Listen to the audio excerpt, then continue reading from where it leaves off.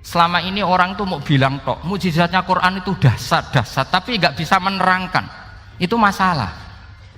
Makanya kita harus bisa menerangkan mukjizatnya Quran dahsyat itu apanya. Yaitu tadi, wajar kalau Nabi bergelar Afdholul Anbiya, Sayyidul Awwalin wal Akhirin. Karena memang lebih efektif cara menggiring supaya orang iman. Sekarang sudah tahu kenapa Nabi jadi Sayyidul Awwalin wal Akhirin? Sudah. Mungkin kemarin tahu, tapi gak tahu logikanya. Pokok iman. Selewat ke musola ngaji iman. Itu iman yang kurang betul itu, karena tanpa nadzor. Itu namanya taklid, yang statusnya mukhtalaf alaih, masih disidangkan di MK, paham? Iman. Jadi iman taklid itu iman yang masih disidangkan oleh para ulama. Ada hakim yang bilang sah, ada hakim bilang tidak sah. Tanya anak-anak Qudsiyah. Imanul muqallid itu mukhtalaf alaih apa mujma' alaih? Mukhtalaf alaih. Kalau imanu ahli nadzar mujma' alaih. Insyaallah barokahnya ngaji ini semuanya min ahlin nadzar, apa? Min ahlin. Jangan amin sudah jadi, ini sudah jadi ini. Kalau amin kan masih berdoa, bisa makbul bisa ndak. Enggak boleh iman kok. Ayo iman kepada Allah dan Rasul, amin, enggak boleh. Sesuatu yang pasti enggak boleh diamini, itu kan jadi kacau nanti. Harus bilang apa? Sami'na wa ta'na. Nanti lama-lama kamu disuruh Allah, ayo sholat, amin. Tidak boleh. Jadi amin itu ada aturannya. Tapi bukan berarti saya nyalahkan jenengan, enggak. Ya memang salah gitu. Jadi kan. Ya usah disayang, memang statusnya salah. Ya saya ulang lagi ya.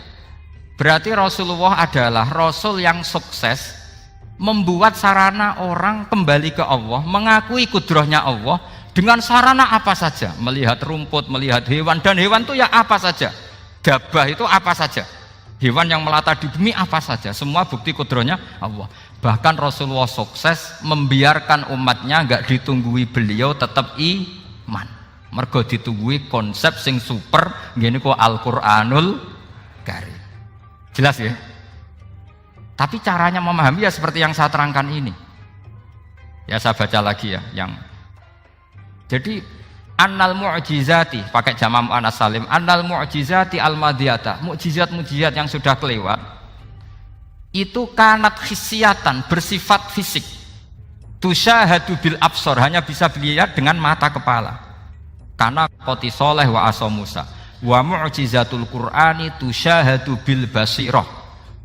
Sementara mukjizatnya Quran disaksikan dengan mata hati, dan setiap orang punya mata hati. Fayakunu man yattabi'uhu li ajliha aksar.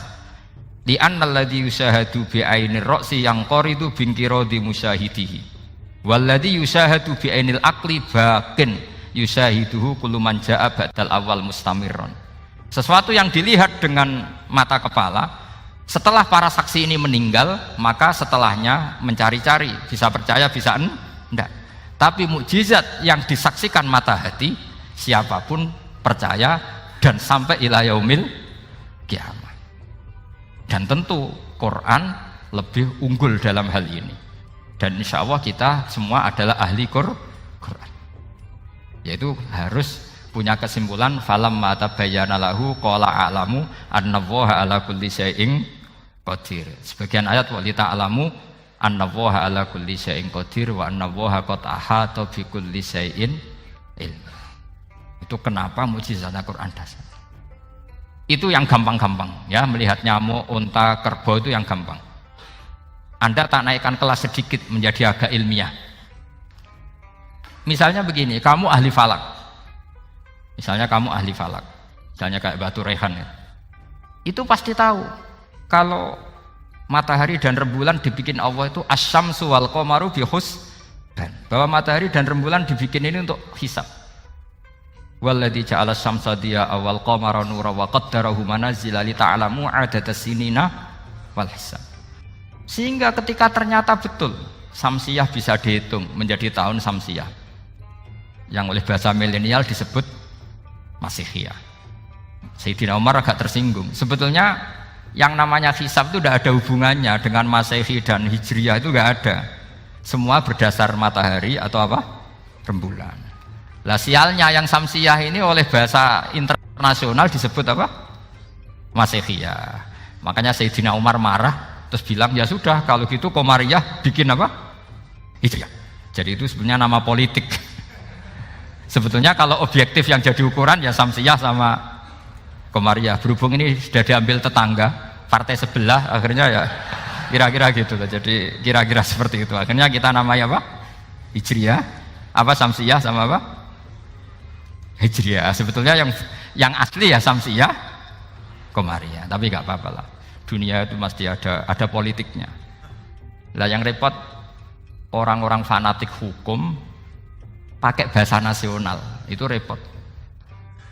Jadi misalnya kematian Yesus Kristus itu mesti Batu Rehan kan nggak percaya. Akhirnya ditambahi kematian Sibeh. Karena kalau bilang iya kan percaya. Makanya ditambahi apa? Sibeh. Karena menurut orang Islam berkeyakinan Nabi Isa itu nggak terbunuh. Maka ditambahi apa? Sibeh. Saya dulu pernah usul. Karena beliau itu kalau manggil bahasa itu Bude, jadi saya pernah sowan usul. Mbok ditulis gini saja, Mbah. Kematian Yesus dalam kurung katanya. Tapi mungkin terlalu vulgar ya, jadi akhirnya dibikin apa? Sibeh ya?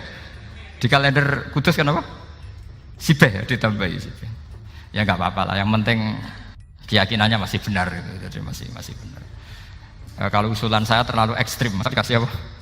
Katanya. Ya karena memang begitu kan, kita berkeyakinan Nabi Isa itu gak terbunuh. Wa ma qataluhu wa ma sholabuhu walakin syubbihalahu. Jadi ini saya teruskan ya. Ini paling masih seberapa jam ini. Kalau kelamaan sampai dolim itu ganggu kiai lama-lama gitu.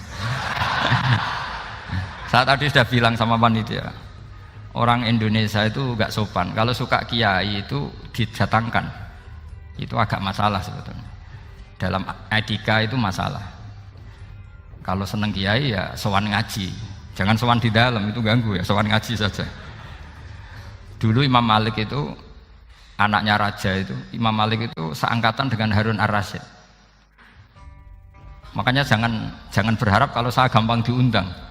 Bukan karena saya sombong, memang etikanya seperti itu. Jadi Imam Malik diminta datang ke istana untuk ngajar anak-anaknya Harun apa? Ar-Rasyid. Masyhur Imam Malik tersinggung terus kata bang, al ilmu yu'ta la ya'ti. Ilmu itu disowani bukan sowan. Akhirnya Harun Ar-Rasyid minta anak-anaknya datang ngaji ke Imam Malik. Itu anak presiden. Imam Malik berani, al ilmu yu'ta la ya'ti. Tapi kalian beruntung karena saya hormat sama mbah saya yang di sini. Wong makom buyut saya itu ya berarti apa ya? Selatannya makamnya Sayyid Ja'far Shadiq itu di situ kan ada makamnya Mbah Soleh, Mbah Maksum, itu mbah saya. Nah, makanya dulu saya ngaji di sini lama di Damaran itu. Maksudnya lama itu ya mungkin setahun. Karena saya memang mulai kecil di Sarang, sampai sekarang saya masih ngajar di Sarang. Tapi dulu cukup ya, karena saya kesini sudah hafal Quran, jadi hanya setor setiap hari satu juz jadi cepat lah. Saya tidak punya masalah ingatan, alhamdulillah, jadi cepat hafal. Saya terangkan lagi ya, ini penting ya, masalah mukjizatnya Quran. Selama ini orang tuh mau bilang tok, mukjizatnya Quran itu dahsyat, tapi nggak bisa menerangkan. Itu masalah. Makanya kita harus bisa menerangkan mukjizatnya Quran dahsyat itu apanya. Yaitu tadi, tongkatnya Nabi Musa hanya disaksikan oleh orang yang di era itu. Toh tujuannya mukjizat adalah diakui kemudian orang menjadi iman. Lalu Rasulullah SAW beliau sudah intaqala ila rafiqil a'la. Tapi konsepnya Quran menjadikan orang yang enggak ditunggui beliau tetap iman ila yaumil kiamah. Itu yang maksud fa'arju an akuna aktsarahum tabi'an yaumal kiamah. Mukjizat saya itu cukup Quran kata Nabi, dan dengan mukjizat itu orang akan iman ila yaumil kiamah. Caranya seperti ini. Karena tadi sedahsyat-dahsyatnya mukjizat, tujuan utama orang terdikte supaya ikror ngakui kudrohnya Allah. Lah ngono kok ngenteni tongkat sakti lah opo? Cukup deloknya. Paham nggih? Jelas ya? Alhamdulillah mau naik kelas ini sudah benar ini sudah benar. Terus kedua begini, kedasatan Quran lagi. Quran itu bisa merunut, mentartibkan logika. Bahkan logika ini logika yang universal. Siapa saja merasakan logika itu. Misalnya begini. Dulu orang kafir itu punya Tuhan banyak. Tentu yang dipertuhankan ya mana? Yang dipertuhankan itu banyak. Karena pikiran mereka urusan banyak, problem banyak, ya Tuhannya harus banyak. Ada BPKB 3D kan, istri cerewet macam-macam lah, itu kan problemnya banyak, maka Tuhannya harus banyak. Karena Tuhan itu maknanya penyelesai masalah. Sehingga kalau masalahnya banyak, Tuhan harus banyak. Ketika Rasulullah membawa konsep satu Tuhan, mereka janggal. Makanya mereka bilang, aja'alal alihata ilaha wahida inna hadza lasyai'un ujab. Masa Tuhan satu? Ini aneh, nggak bisa. Tuhan harus banyak, karena masalah kita banyak. Itu terpatri, di otak mereka terpatri. Lalu Nabi dengan santai diajari Allah menerangkan, andaikan kalian punya majikan banyak dan perintahnya beda-beda, kamu suka enggak? Ya enggak suka, mat, enggak enak. Punya majikan banyak itu udah enak. Milih mana majikan banyak sama satu? Satu aja, mat. Tuhan kamu adalah majikan kamu. Kalau banyak kamu bingung. Ya mat, satu aja mat. Itu segampang itu. Jadi menggiring, Tuhan itu kan bos kita, tuan kita. Kalau banyak berarti yang memerintah kita banyak, dan bisa konflik bos-bos kita ini karena berebut anak buah tadi. Akhirnya mereka, kalau kamu punya majikan banyak dan perintahnya beda-beda, semuanya minta dilayani, kamu pusing enggak? Ya pusing, mat. Minta mana? Majikan banyak sama satu? Satu saja Muhammad. Ya Tuhan kamu adalah atasan kamu, maka harus satu. Mereka faham. Oke, mat, Tuhan satu. Itu yang dimaksud dorobawaw matalar rojulan fihi syuraka umutasyakisuna wa rojulan salamal lirojul hal yastawiyani masalah. Langsung alhamdulillah. Karena mereka yang paling bodoh pun faham dengan logika itu, faham. Kalau Tuhan banyak, perintahnya banyak, kita repot. Maka Allah bikin satu masalan, yaitu rojulan fihi syuraka umutasyakisuna wa rojulan salamal lirojul. Satu lelaki, satu bos, satu perintah. Kayak apa mudahnya Allah. Kemudian mereka tetap menuhankan Lata, Hubal, dan Uzza karena mereka dipertuhankan. Sebenarnya nggak pernah Tuhan, tapi dipertuhankan. Allah memberi contoh itu sederhana sekali. Wa daraballahu mathalar rajulaini ahaduhuma abkam la yaqdiru ala syai'in wa huwa kallun ala maulah aina ma yuwajjihu la ya'ti bi khair hal yastawi huwa may ya'muru bil adl. Kata Rasulullah, Lata itu menurut kamu apa? Ya Tuhan kami. Muhammad. Hubal ya Tuhan kami. Uzzah ya Tuhan kami. Lalu kalau mereka kotor ya saya mandikan. Kalau hidungnya coplok ya saya tata. Terus kata Rasulullah begini, kamu mau nggak punya budak atau pembantu yang buta, tuli, bisu? Kamu mau nggak punya pembantu? Pembantu loh ya, pembantu itu budak zaman dulu.